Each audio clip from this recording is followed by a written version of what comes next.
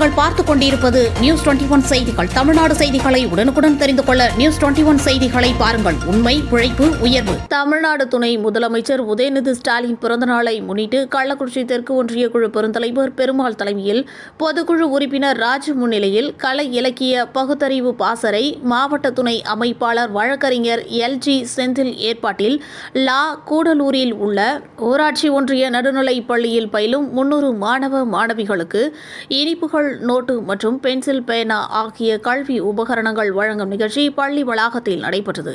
இந்நிகழ்ச்சியில் பொது உறுப்பினர் ராஜு சிறப்பு அழைப்பாளராக கலந்து கொண்டு பள்ளி மாணவ மாணவிகள் அனைவருக்கும் இனிப்புகள், நோட்டு, பென்சில், பேனா வழங்கி சிறப்பித்தனர். மேலும் இந்நிகழ்ச்சியில் அக்கட்சி நிர்வாகிகள் மற்றும் பள்ளி ஆசிரியர்கள், மாணவ மாணவிகள் ஏராளமானோர் கலந்து கொண்டு சிறப்பித்தனர்.